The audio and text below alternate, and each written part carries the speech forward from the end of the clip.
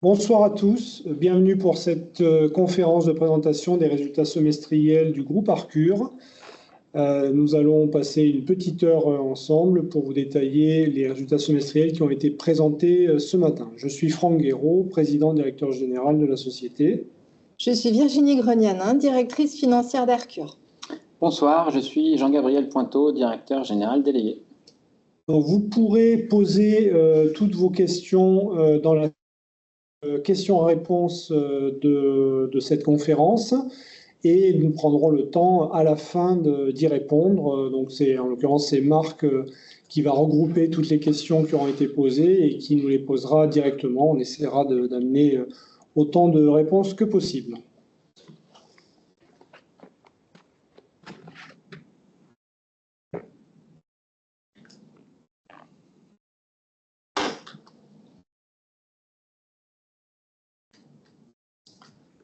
Donc pour ceux qui découvrent la société, on fait un rappel ici d'une synthèse des éléments qui décrivent la société Arcure. Donc on a fait en 2023 un chiffre d'affaires de 18,2 millions d'euros et donc nous avons annoncé mi-juillet avoir fait un chiffre d'affaires de 10,1 millions d'euros au premier semestre 2024 en croissance de 7,5% par rapport au premier semestre de 2023. Le parc installé du Blackster, qui est notre produit phare, est supérieur à 22 000 Blackster installés. Nous avons connu une croissance ininterrompue depuis la création de la société il y a 15 ans, et en particulier la croissance moyenne agrégée des 3 dernières années est de 32%. À noter que parmi les 500 premiers groupes mondiaux, 39 sont des clients du Blackster. Nous vendons nos produits dans plus de 50 pays. Et comme nous allons maintenant vous le détailler, eh bien, nous sommes une entreprise qui est pionnière dans les technologies d'intelligence artificielle. Nous offrons une gamme complète de solutions au marché, des solutions basées sur l'intelligence artificielle. Et notre produit Blackster est désormais la référence pour la sécurité et la productivité dans le milieu industriel. L'équipe Arcure, c'est à peu près 70 collaborateurs aujourd'hui. Notre vision, donc, c'est de fournir au marché l'excellence en matière d'IA pour tous nos domaines d'application. Nous visons une performance technique au meilleur standard, tout en favorisant des solutions durables. Notre objectif, c'est d'améliorer la sécurité de l'activité en utilisant le meilleur des technologies de perception intelligente. Comme je le disais, nous sommes la référence mondiale en matière de sécurité des personnes autour des engins industriels et notre objectif, c'est d'être l'acteur de référence plus généralement sur les véhicules industriels. Notre présence est mondiale, avec en particulier une présence en France qui est la présence historique. En France, nous avons aider notre production, les fonctions administratives et financières. Et puis, nous avons des vendeurs un petit peu partout dans le monde, notamment en Europe, en France, en Espagne, en Allemagne. Nous avons une filiale aux États-Unis, depuis laquelle nous pilotons les activités techniques et commerciales. Et puis, nous sommes représentés donc, sur tous les continents par un réseau de distribution donc, qui nous représente sur les pays à plus fort potentiel. Nous sommes également présents donc, sur tous les secteurs de l'industrie qui utilisent des véhicules industriels. On a ici sur cette présentation ces industries. Et je passe la parole à Jean-Gabriel. On va échanger un petit peu maintenant sur notre activité. Donc, notre activité s'inscrit dans l'intelligence artificielle pour l'industrie, donc qui est en plein développement, comme on peut en entendre parler tous les jours dans les médias. Donc, concrètement, qu'est-ce qu'on fait, nous, chez Arcure, Blackster, dans l'industrie? En fait, là, on peut voir une représentation d'une image qui représente une usine qui pourrait être, par exemple, chez ArcelorMittal. Donc, on voit un chariot élévateur. À l'arrière du chariot élévateur, on distingue une caméra Blackster. Donc ça, c'est notre métier historique. C'est une caméra avec de l'intelligence artificielle embarquée qui permet de détecter et localiser une personne pour éviter la collision et éviter un accident entre un chariot élévateur et une personne. Ça marche aussi sur les engins de construction. Donc ça, c'est la solution historique qu'on fournissait depuis 2009. Donc maintenant, qu'est-ce qu'on propose en plus? Donc aujourd'hui, on a rajouté des éléments de gestion de flotte, de détection de choc. On rajoute des capteurs en fait sur ce char élévateur et c'est connecté dans le cloud où les responsables de site, les responsables HSE peuvent avoir accès à des indicateurs pour suivre et évaluer l'efficacité des actions pour améliorer la sécurité sur leur site. Donc ça, c'est ce qu'on est en train de faire aujourd'hui, ce qu'on appelle la digitalisation des engins industriels. Le marché qu'on adresse aujourd'hui, c'est un peu plus de 2 millions de nouveaux véhicules par an, si on considère les pays de l'OCDE, sachant qu'en plus, pour les chars élévateurs, il va y avoir une croissance des chars élévateurs qui est prévue d'ici à 2032 de l'ordre de 66%.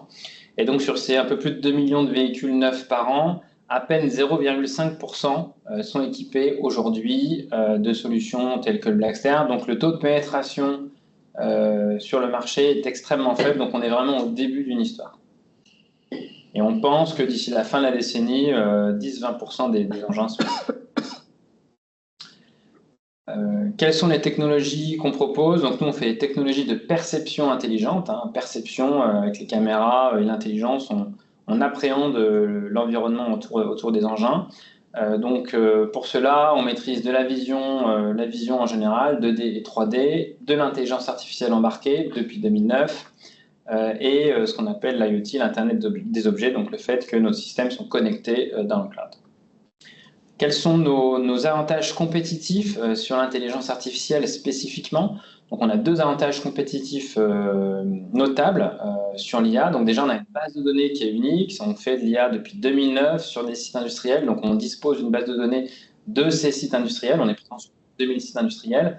Le fait d'avoir une base de données la plus large possible et la plus variée possible, c'est extrêmement important pour la performance d'un algorithme d'intelligence artificielle. Et donc, cette base de données est unique et difficilement copiable aujourd'hui pour la concurrence parce qu'on ne peut pas rentrer sur les sites industriels pour avoir des données, sans l'accord du site, évidemment. Le deuxième point, c'est ce qu'on appelle le framework IA. Donc, c'est tout le process de gestion de l'intelligence artificielle. Donc, depuis comment on gère la base de données jusqu'à comment est-ce qu'on modifie les algorithmes d'IA, comment on les teste, comment on les améliore, pour à la fin avoir un produit IA robuste. Et donc, par rapport à ça, on a travaillé notamment avec des grands acteurs français dans des groupes spécifiques qui étaient organisés par le LNE pour définir les process, les bonnes pratiques pour développer de l'IA robuste. Dans ces groupes de travail, il y avait notamment Valeo, Thales et d'autres. Voilà un peu nos 2 assets sur l'IA. Qu'est-ce qu'on propose aujourd'hui comme produit concrètement? Donc, concrètement, c'est des caméras intelligentes et aussi des capteurs qu'on n'a pas mis sur le transparent. Elles sont connectées, donc il y a caméra et capteur, aussi un écran qui sont sur les engins. Et on propose aussi, ça c'est une option, d'avoir des indicateurs sur la gestion de la flotte, les risques de coactivité sur le site pour les responsables de site, HSE, donc c'est une solution complète. On adresse notre marché avec 2 approches différentes. Une approche qu'on appelle, nous, aftermarket, c'est-à-dire quand on va s'adresser directement à des utilisateurs potentiels comme ArcelorMittal ou n'importe quel industriel qui a des chariots élévateurs ou des engins de construction. Et on va leur proposer des solutions complètes. Donc, ça peut être ce qu'on appelle une checklist, ça peut être évidemment la détection de piétons, détection de choc, etc. Donc, c'est des produits finis avec du matériel et du logiciel. Et après, on s'adresse aussi aux constructeurs, aux OEM. Donc, c'est les fabricants d'engins de construction ou de chariots élévateurs et à qui on va proposer des briques technologiques. Alors, ça pourrait être du logiciel pur. Aujourd'hui, c'est plutôt un petit peu de matériel et du logiciel parce que souvent, ils ont déjà un écran, par exemple. Donc, ils ne veulent pas un nouvel écran. Ils veulent qu'on se connecte à leur écran existant ou ils peuvent avoir des caméras. Ils veulent juste un calculateur pour mettre entre l'écran et les caméras. Voilà, les différentes solutions. Ils peuvent vouloir la détection de piétons, mais pas forcément uniquement ça. Certains veulent d'autres fonctionnalités ou veulent préparer l'avenir avec de la perception du risque, par exemple. Donc, c'est une intelligence un petit peu supérieure. Ensuite, donc qu'est-ce qui va se passer ensuite? Ici, on a juste un point pour illustrer ce qu'on appelle le jumeau numérique. parce qu'aujourd'hui, c'est pas à l'ordre du jour.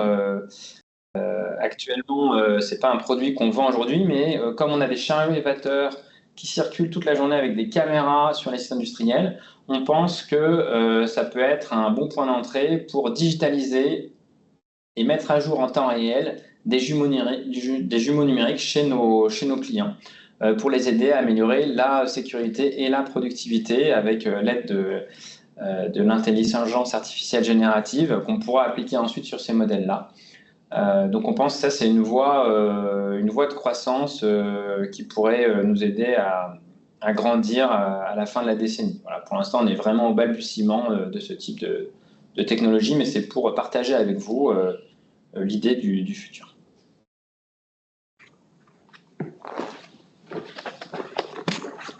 Donc, nous avons publié ce matin nos résultats semestriels du premier semestre 2024 avec une rentabilité en hausse. On commence par l'activité. On a connu donc une croissance au premier semestre 2024 par rapport au premier semestre 2023. Et si on compare donc au premier semestre 2022, eh bien on est sur quasiment un doublement du chiffre d'affaires semestriel. On était à 5,2, on passe à 10,1.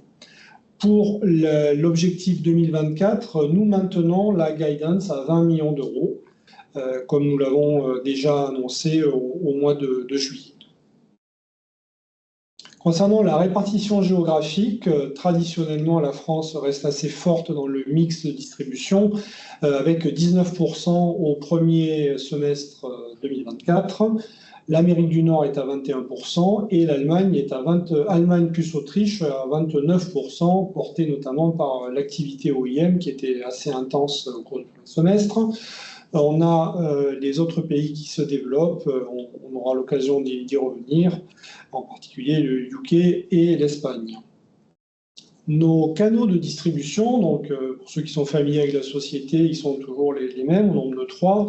On a le canal direct de distribution, donc les ventes directes aux utilisateurs finaux de nos produits, que sont les grands groupes industriels, pour 14%. Ensuite, un quart du chiffre d'affaires est fait vers les constructeurs de machines, la vente OEM donc. Et puis enfin, donc, le canal principal de distribution, c'est la distribution via les concessionnaires de machines et les distributeurs qui nous représentent dans les pays où nous ne sommes pas présents. Et donc cette vente indirecte via le réseau s'établit à 62% du chiffre d'affaires. Nous communiquons chaque semestre sur l'évolution de la marge brute et comme vous le savez, nous avons une ambition de progression de la marge brute. Cette fois-ci, notre marge brute s'établit à 58% du chiffre d'affaires, donc au premier semestre 2024, à comparer à 56% du chiffre d'affaires au premier semestre 2023. La progression de la marge brute étant liée essentiellement donc au maintien de nos prix de vente tout en ayant un mix de distribution favorable avec plus de Blackster Origin que de Blackster 3, le Blackster Origin ayant une marge brute supérieure à celle du Blackster 3 qui est en fin de vie. À noter que nous maintenons un objectif de progression de cette marge brute dans les prochains semestres, qui sera porté notamment par la nouvelle génération du produit, le Blackster 5, qui devrait disposer d'une brute supérieure à celle du Blackster Origin. Et d'autre part, nous prévoyons de commencer à vendre du logiciel pur, et comme vous le savez, la marge brute sur le logiciel pur étant bien plus importante, eh bien cela devrait tirer vers le haut la marge brute du groupe Arcure. Je laisse la parole à Virginie. Alors, nous avons réalisé un excédent brut d'exploitation de 2,2 millions d'euros au cours du semestre, en forte augmentation par rapport à 2023, augmentation observée également au niveau du résultat d'exploitation et du résultat net. Alors, déduction faite de la production immobilisée qui est incluse dans l'EBE à hauteur de 1,2 million d'euros, nous avons un montant de 1 million d'euros, en forte progression de 0,8 million d'euros par rapport à 2023. Alors, les données 2023 qui vous sont présentées sont des données dites pro forma. Alors, en effet, en raison d'un changement de réglementation comptable, le crédit d'impôt recherche qui était auparavant présenté en autres produits d'exploitation est désormais présenté en déduction de la charge d'impôt sur les sociétés en bas du compte de résultat. Alors, de manière un petit peu plus détaillée, notre résultat d'exploitation s'établit à 0,8 million d'euros en 2024, après l'impact des dotations aux amortissements et aux provisions du semestre pour 1,4 million d'euros. Alors, ce montant inclut un montant de provision de 0,4 million d'euros, qui est une provision non récurrente sur un problème ponctuel de SAV lié à des non-conformités observées sur certains composants. Alors, nous avons réalisé une perte financière de 0,1 million d'euros au cours du semestre, qui représente principalement les intérêts versés sur la dette. Le résultat exceptionnel, quant à lui, correspond à l'étalement des subventions d'investissement au compte de résultat. Alors, au niveau de l'impôt sur les sociétés, comme nous l'avons dit, le crédit d'impôt recherche du semestre conduit à présenter un produit d'impôt de 0,5 million d'euros à comparer à 0,4 million d'euros en 2023 et un résultat net de 1,2 million d'euros au 30 juin 2024. Donc, au niveau du bilan, donc, notre structure financière et nos capitaux propres se renforcent au cours du semestre pour s'établir à 7,9 millions d'euros. Notre actif immobilisé reste relativement stable à 5,8 millions d'euros et il représente principalement nos actifs incorporels, ce qui correspond aux frais de développement activés sur les différentes versions du Blackster. Nous allons revenir sur le besoin en fonds de roulement dans la planche suivante, mais au niveau de la trésorerie, elle s'établit à 2,7 millions d'euros à fin juin 2024. Donc, nous vous présentons sur ce graphe l'évolution de la trésorerie au cours du semestre avec les différentes contributions, donc notamment la génération de trésorerie à hauteur de 1,1 million d'euros représentée par notre capacité d'autofinancement, déduction faite de nos investissements. Nous avons versé 0,2 million d'euros de frais financiers au cours du semestre. Par ailleurs, notre créance de crédit d'impôt recherche a augmenté de 0,5 million d'euros sur le semestre. Notre compte client, nos créances clients ont également augmenté de 0,8 million d'euros. Cette augmentation est en ligne avec le niveau de facturation qui a été plus intense à la fin du semestre. Nous avons également une augmentation des stocks de 0,8 millions d'euros sur le semestre, qui s'explique notamment par le fait que nous avons 3 produits actuellement commercialisés. C'est une situation qui devrait se résorber d'ici la fin de l'année. Et ces éléments sont partiellement compensés par une augmentation du poste fournisseur à hauteur de 0,6 millions d'euros. Et par ailleurs, nous avons continué à rembourser notre dette financière, donc à hauteur de 0,5 millions d'euros, conformément à nos échéanciers. Et enfin, il faut noter que postérieurement à la clôture du mois de juin, nous avons sécurisé des financements complémentaires auprès de nos partenaires financiers historiques à hauteur de 1,75 million d'euros, principalement pour financer la croissance du BFR.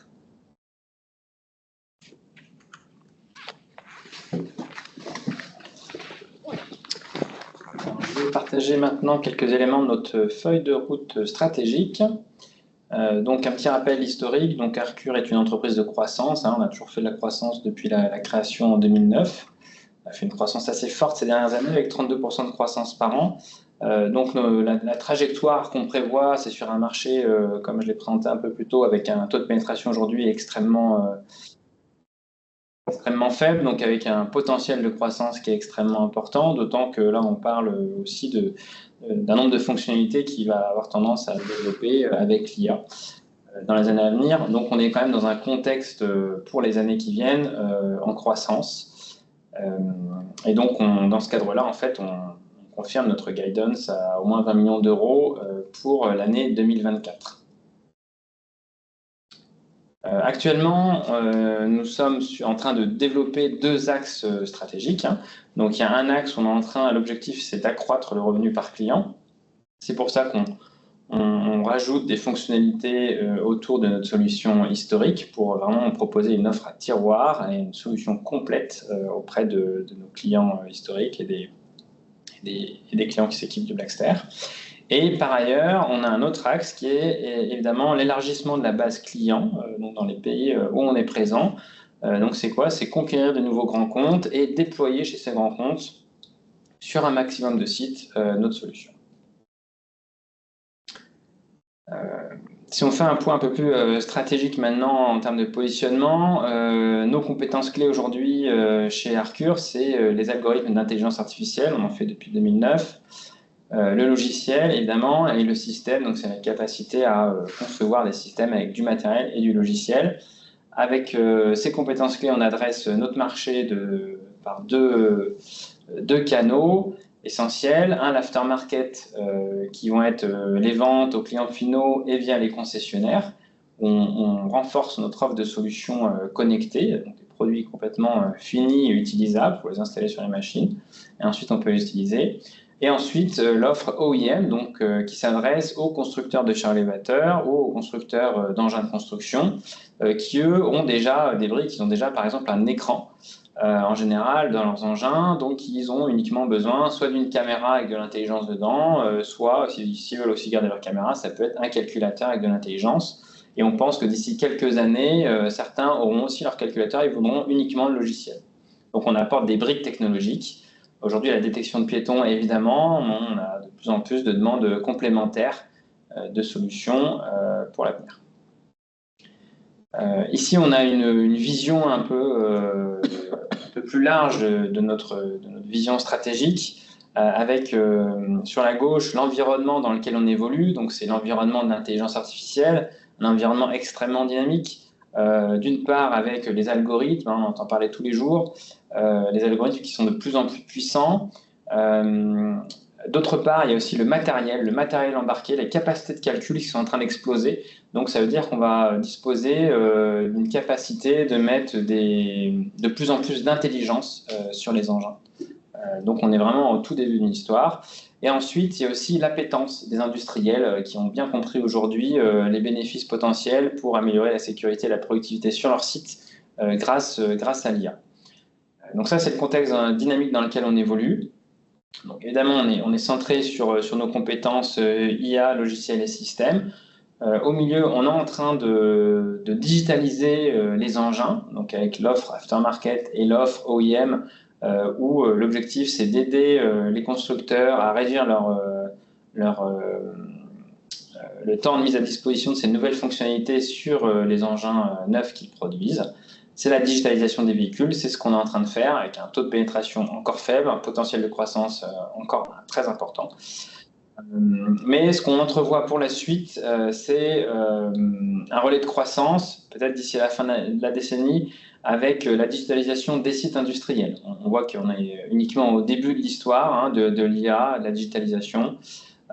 Et donc, c'est un peu l'exemple illustré par le jumeau numérique en temps réel des sites pour améliorer la sécurité et la productivité des sites industriels. Voilà un petit peu un résumé de notre vision stratégique et des inducteurs de croissance pour le futur. Voilà, je vous remercie pour votre attention. Nous allons passer à la séance des questions.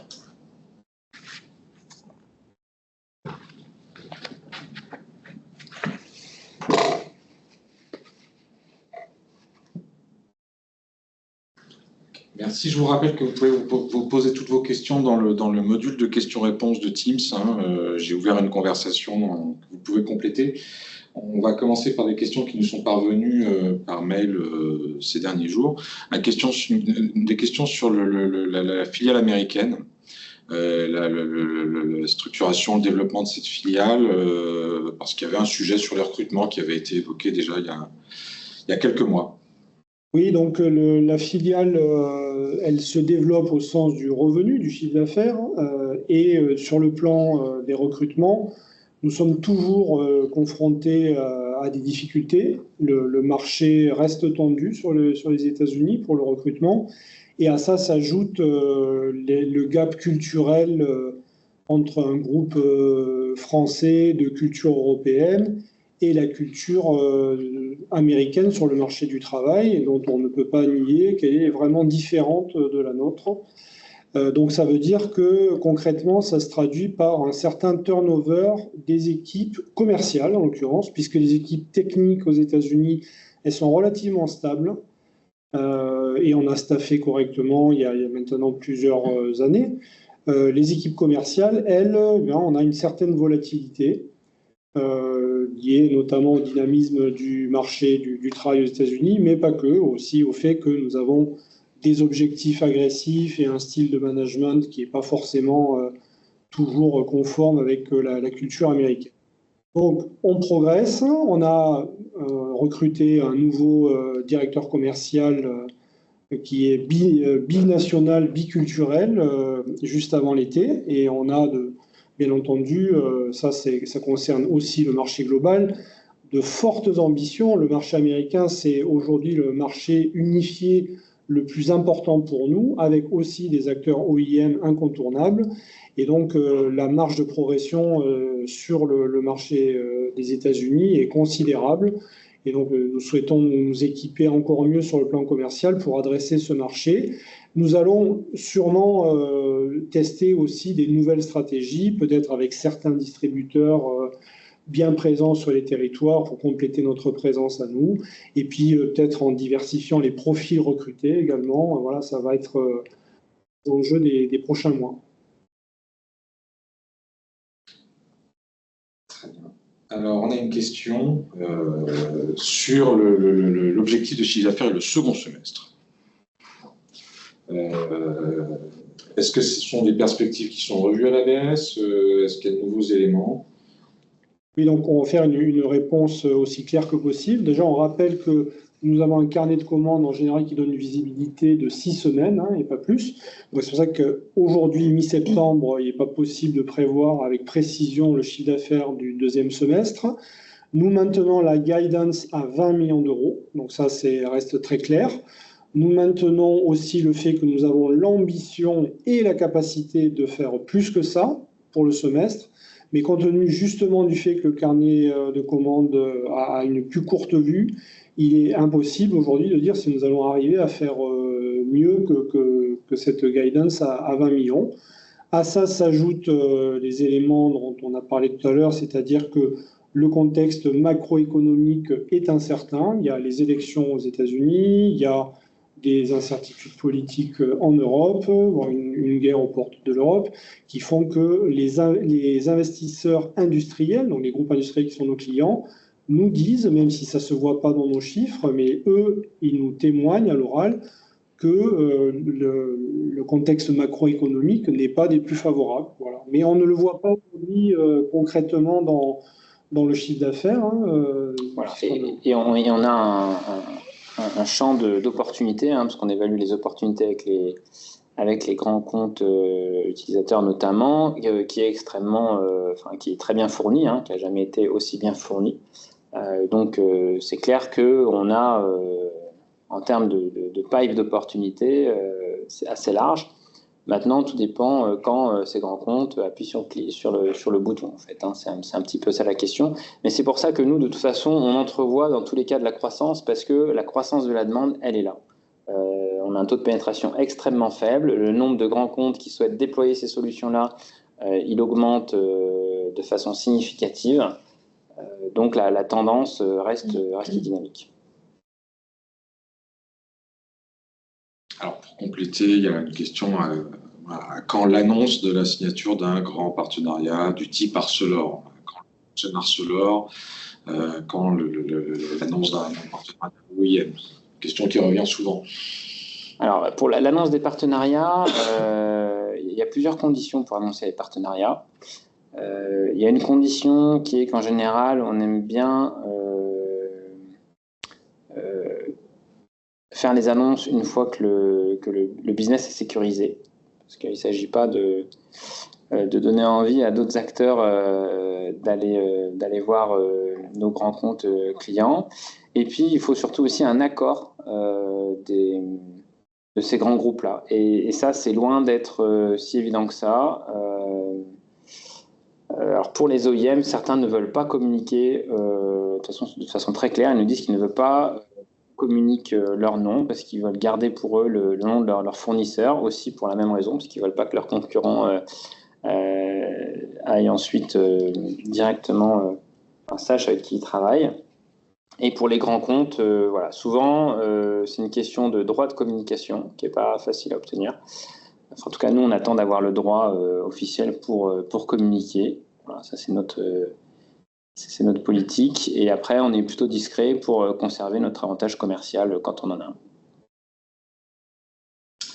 Une question sur la provision qui a été évoquée pendant cette présentation. Est-ce que vous pouvez en dire plus sur le litige SAV qui a amené la provision? Est-ce que ça a un impact sur le plan de marche, sur la réputation industrielle? Est-ce que tout simplement donner un tout petit peu de détails et de contexte sur... C'est pas vraiment un litige en tant que tel. C'est pas vraiment un litige. C'est un problème sur un composant qu'on a utilisé qui affecte certains, dans une mesure assez limitée, certains de nos clients. Donc on a... Dès que ça a été identifié, le composant a été modifié sur ce qu'on a produit, évidemment. Mais toutefois, il y a certains produits qui ont été livrés chez certains clients qui peuvent, donc c'est un potentiel, qui peuvent être défaillants, c'est-à-dire que c'est une défaillance assez limitée avec une image qui peut, entre guillemets, clignoter en quelque sorte. Mais bon, vu qu'on a un produit premium, la provision, c'est pour couvrir les frais de service, de remplacement ou de réparation de ces systèmes-là. Donc la provision est prise au premier semestre 2024 et les dépenses, le cash out lié à ça, donc la reprise de cette provision, vont se dérouler essentiellement au deuxième semestre et un petit peu en 2025 également. Alors, une question que probablement tout le monde se pose, compte tenu des résultats financiers excellents en 2023, des résultats qui ont été annoncés sur le premier semestre, comment interpréter la baisse sensible ce jour du cours de bourse? C'est une très bonne question. Non, mais c'est effectivement quelque chose qu'on ne peut pas commenter en tant que management de la société. Donc voilà, mais il y a beaucoup de commentateurs qui pourront le faire à notre place. On peut dire qu'on y est très attentif, évidemment, et que voilà. Tu en es la preuve incarnée, parce que voilà, on veut nous favoriser une communication responsable déjà. On fait une communication la plus proche possible de notre vision de la réalité, de notre vision des prévisions. On fait cet effort de faire des vidéos, etc. Pour des sociétés de notre taille, c'est pas forcément courant. On a une personne à temps plein qui est en charge de la communication corporate et des relations investisseurs.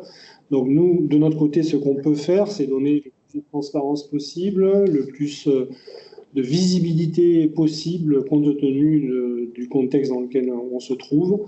Et puis après, on dit en général que le marché a raison sur le long terme. Donc, si ça baisse, moi, je pense que c'est une bonne affaire. Puis on peut rappeler aussi quelques éléments de contexte. Il y a un peu de nervosité. Voilà, il y a eu des baisses un peu inexpliquées sur d'autres valeurs. Enfin, voilà. Donc, c'est à voir dans les jours qui viennent. Alors, on n'a plus de questions. Si vous en avez de votre côté, n'hésitez pas. Il reste encore une vingtaine de minutes. C'est le moment ou jamais.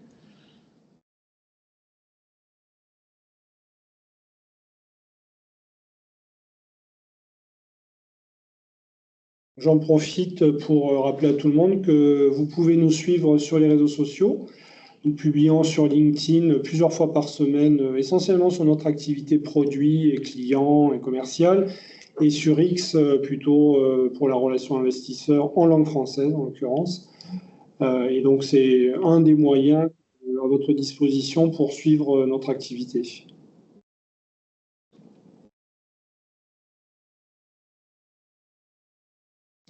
D'autres questions? Très bien.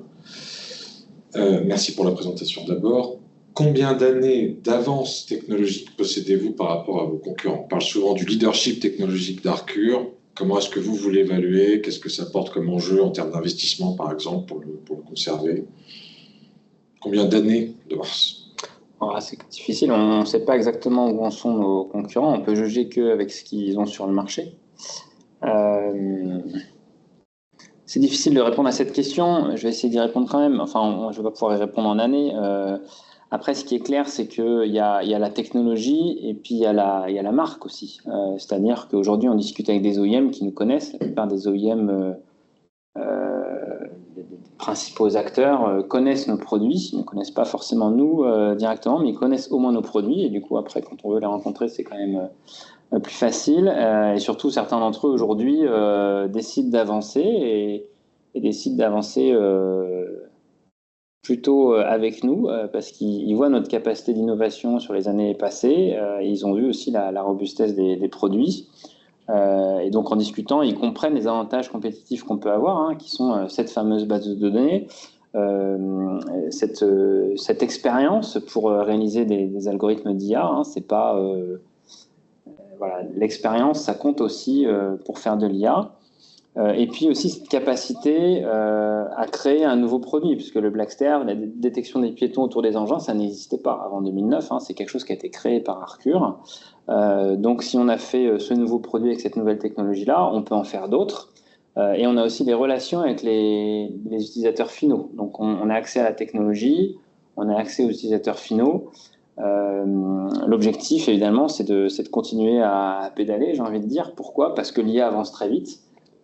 Donc si on reste uniquement sur nos assets historiques de la détection de piétons, par exemple, alors même si aujourd'hui on a quand même en termes de performance un avantage qui nous permet vraiment de faire la différence, il va falloir continuer à rajouter des fonctionnalités. Et donc le fait d'avoir cette connaissance des clients, cette connaissance de la technologie, cette base de données, ça va nous permettre de proposer des fonctionnalités complémentaires. Tout à l'heure, par exemple, je parlais de perception du risque. Donc en fait, c'est une façon d'appréhender avec une intelligence un peu supérieur le risque de collision entre un engin et un piéton pour réduire encore les alarmes inutiles aux conducteurs, donc c'est-à-dire détecter vraiment quand une personne est en situation de danger et pas uniquement quand on l'a localisée dans une zone à proximité de l'engin. Voilà. Pour vraiment être l'aide personnalisée, je dirais, du conducteur. Alors, on a Monsieur Denis Perroux qui veut poser une question. Monsieur Perroux, vous avez le module de questions-réponses en haut de votre barre Teams. Voilà, on vous invite à écrire votre question dans ce module-là. Voilà, merci. Alors, sur la valorisation boursière, encore une fois, que pensez-vous de la valorisation 2024 et 2025 de la société? La valorisation 2024, déjà. Comment vous l'appréciez, cette valorisation? Est-ce que vous satisfait? Très difficile de répondre. Encore une fois, en tant que management de la société, on n'est pas censé s'exprimer sur ces sujets-là. On subit la valeur du marché, on fait tout pour que la société soit valorisée à son juste prix, être transparent, donner de la visibilité, accroître les volumes échangés chaque jour aussi, hein, c'est très important parce qu'on a à un certain moment été bloqué par un manque de volume échangé. Je crois que la liquidité a été multipliée le premier semestre, semestre par 2. Donc il y a un progrès énorme. On n'est pas au bout du chemin. Je pense qu'on a changé notre fusil d'épaule vis-à-vis des relations investisseurs et de la communication corporate il y a quelques mois. Et bon, voilà, on va récolter les fruits. La valeur s'apprécie sur des périodes longues, d'autant qu'on est une société industrielle qui s'inscrit sur le long terme. On aime bien dire que voilà, on est une société qui est établie pour très longtemps. On est là depuis longtemps. Ça fait 15 ans, on a créé ce marché. Et on est là pour rester. Et notre politique interne, elle est orientée vers ça. C'est-à-dire toujours être devant la concurrence en matière d'innovation, être profitable, être solide financièrement. On a parlé du fait qu'on ait de la trésorerie et que les banques nous font confiance pour financer désormais notre BFR. Donc ça, ce sont des éléments. Et après, le cours de bourse, lui, il fluctue chaque jour autour de ça. Et effectivement, c'est un vrai sujet, surtout pour les gens qui veulent sortir. Mais c'est Nous, c'est pas forcément, je dirais, on n'a pas le nez dessus chaque jour. On regarde ça sur des périodes longues, hein, bien entendu.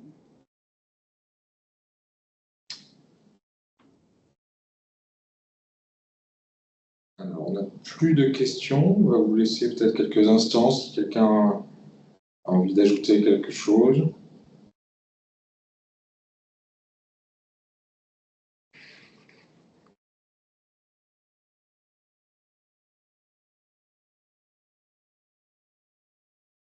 Non? Ah si.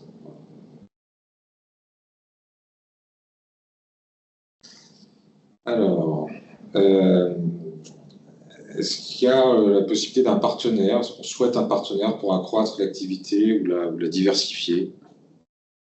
Alors, je ne sais pas si on entend par là un partenaire.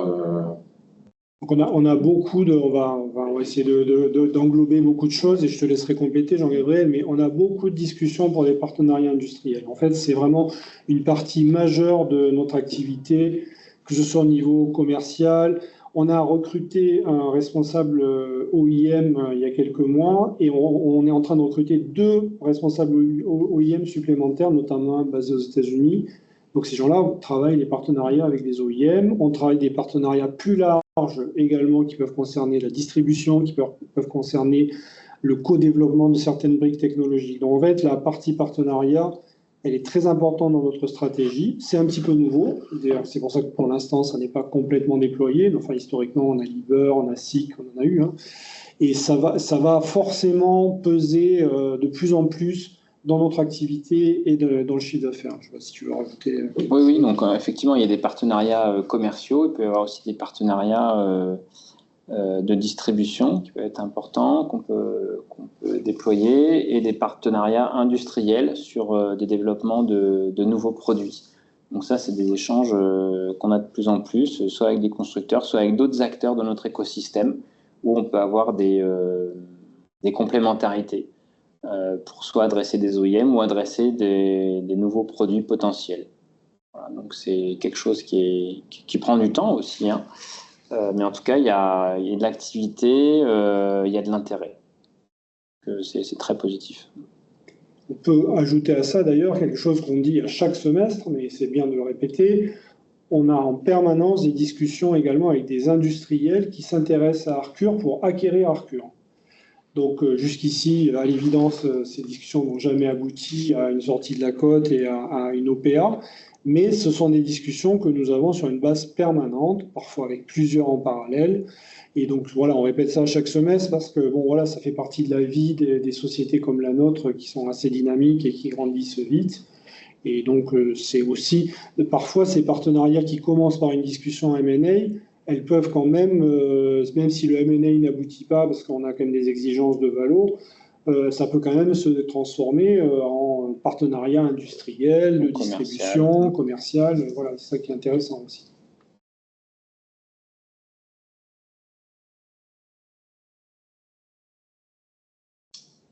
Alors, on a une question sur Blackster sur les bus scolaires, ça on va y répondre rapidement.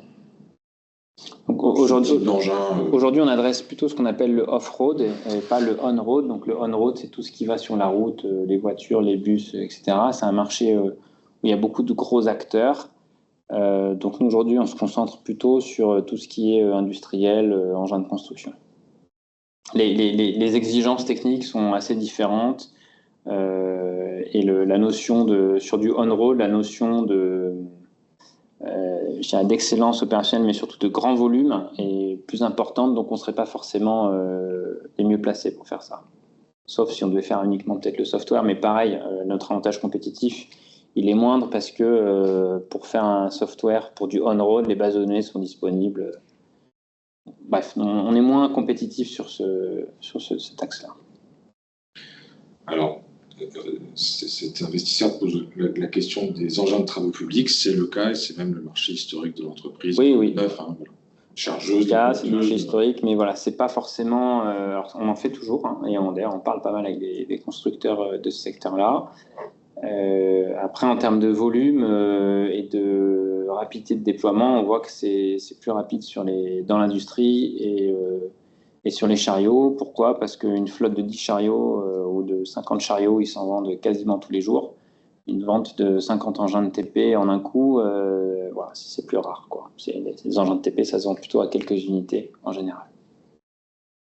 Donc c'est plus facile de faire un scale-up sur du chariot que sur des engins de TP. Je vois encore 2 mains levées. Je vous rappelle qu'il y a le module de questions-réponses qui est à votre disposition pour rédiger vos questions. Monsieur NK, ni son nom ni son prénom, ses initiales. Si vous voulez poser des questions, vous avez le module de Q et R, voilà, avec les 2 petites bulles en haut de la barre d'outils Teams.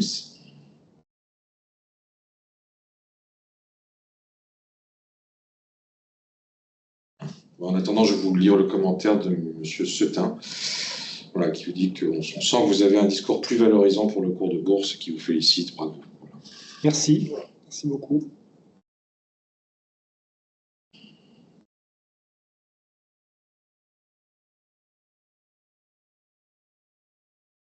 Alors.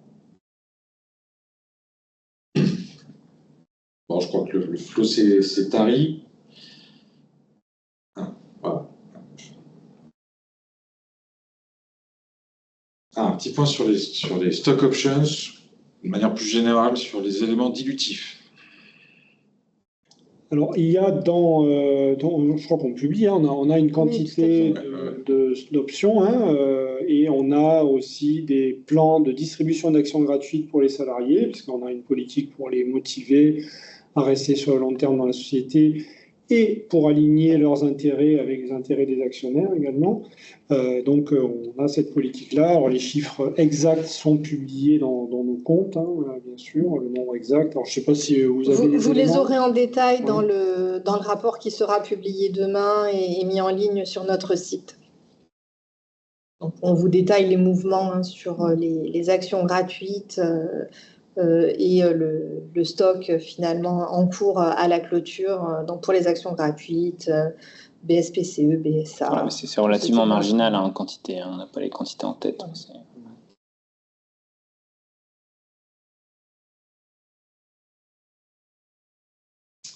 Et Monsieur Thierry Pellouin qui trouve dommage que les investisseurs aient des visions court-termistes pour expliquer la variation du cours de bourse aujourd'hui, et qui vous remercie du respect que vous manifestez pour vos actionnaires.